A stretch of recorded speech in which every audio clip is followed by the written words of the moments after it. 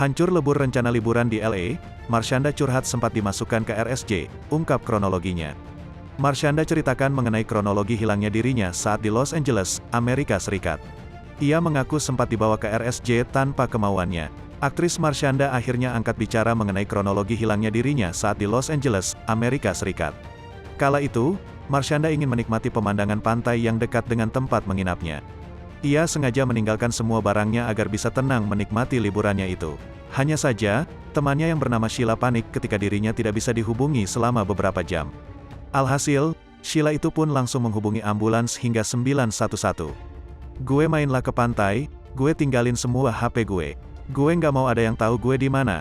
Gue pengen me time, gue pengen main ombak." Dan di situ Sheila itu nelponin gue sampai 7 kali. "Dia panik attack karena nggak bisa ditemui gue dan dia telpon ke 911, ungkap Marshanda, dilansir Tribun Style dari YouTube Marset pada Jumat, tanggal 5 Agustus tahun 2022. Marshanda pun terkejut saat dijemput oleh ambulans. "Datanglah ambulans jemput gue dan ambulans itu yang nelpon adalah Sheila atau David, mereka sepasang suami istri," tambahnya. "Pas gue dijemput ambulans gue bingung, ngapain lo jemput gue?" Terus orang ambulansnya juga bingung.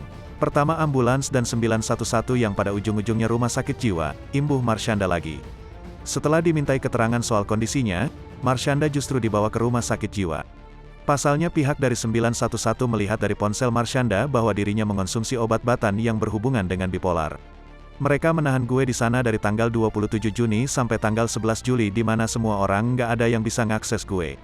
Event nyokap sama adik gue aja ngontak cuma 2 kali," terang mantan istri Ben Kasyafani itu. Akibat kejadian itu, Marshanda harus membatalkan semua jadwal kegiatannya selama di Los Angeles. "Intinya itu yang gue alami.